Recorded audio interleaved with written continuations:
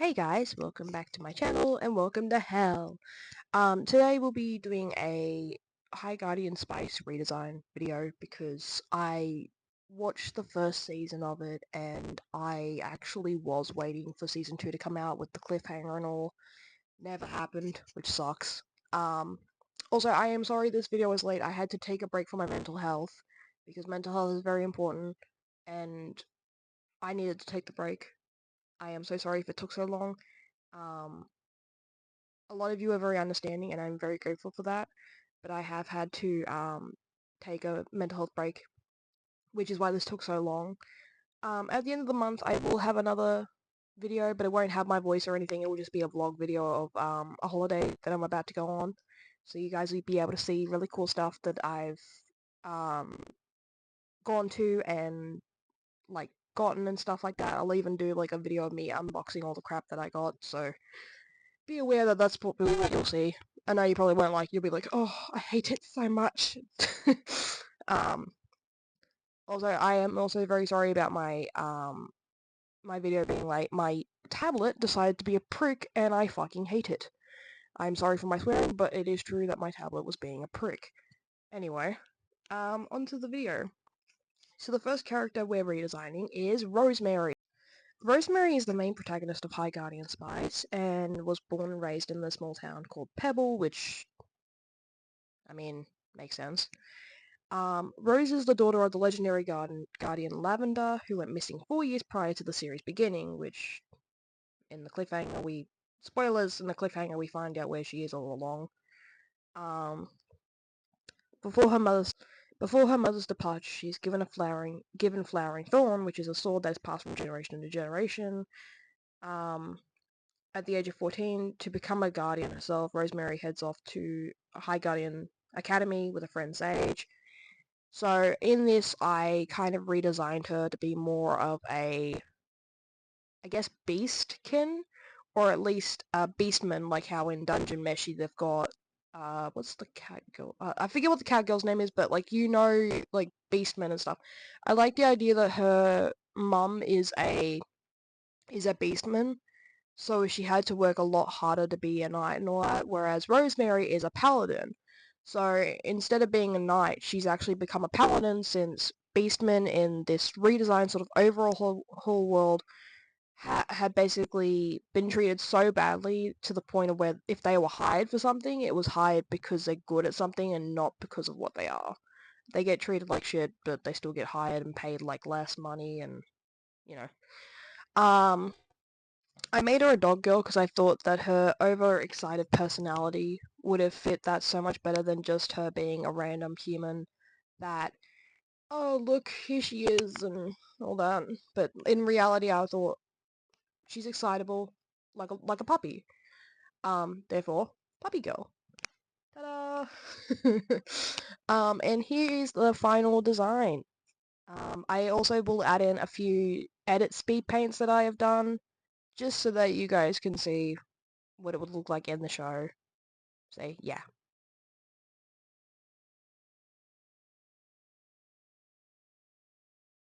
Up next is Sage.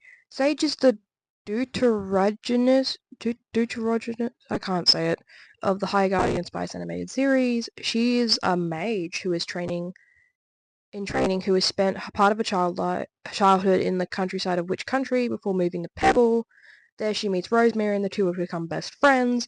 They both go to High Guardian Academy together, and in this redesign, sort of overhaul, I made her into a merperson, sort of like a hippogriff sort of situation, like how in My Little Pony they had the hippogriffs that turn into sea ponies.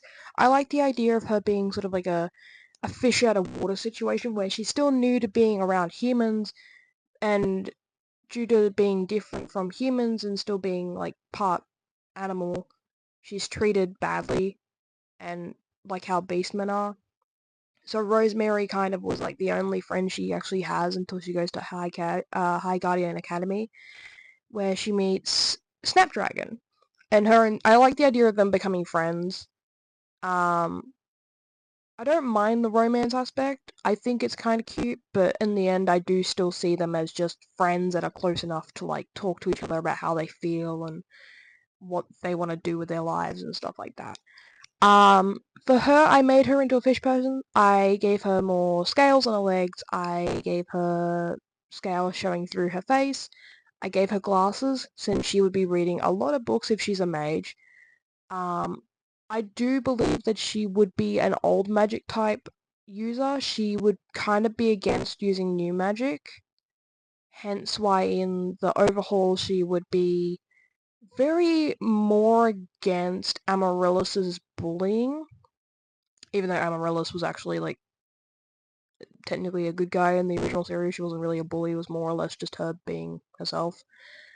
Um, I would see it more as her and Amaryllis have a sort of rivalry going on, and in the end they still have that rivalry, but it's more of a playful rivalry. I gave her a mermaid's type tail, and I changed her clothing to look more royal in an old-fashioned sense with more lace and more gold. I gave her more purples since she is a more purpley kind of person. Like her color palette works better with more golds and purples.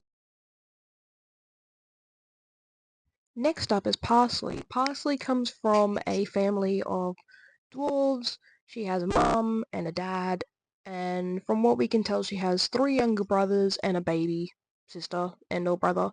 So she has a very large family.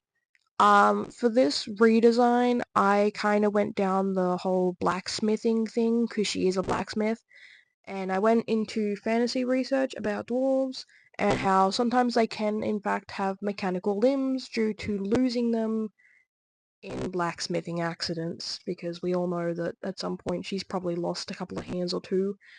So in this redesign, I gave her some gold-plated mechanical hands, prosthetic hands at least, because I thought that her making her own mechanical hands and stuff would be kind of cool since she is a blacksmith, and her wearing her goggles a lot would be better.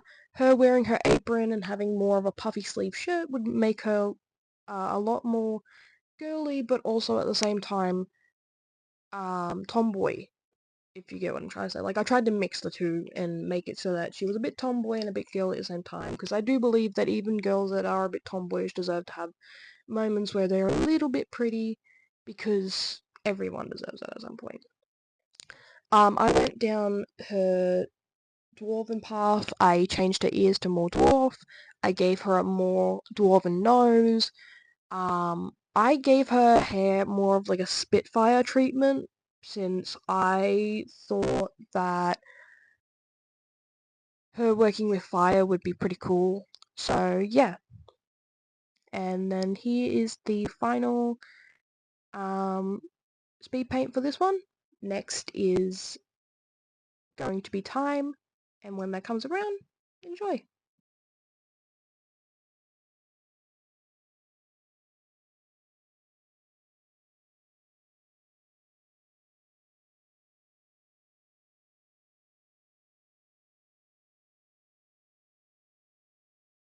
And now that Parsley is done, we can do Thyme now.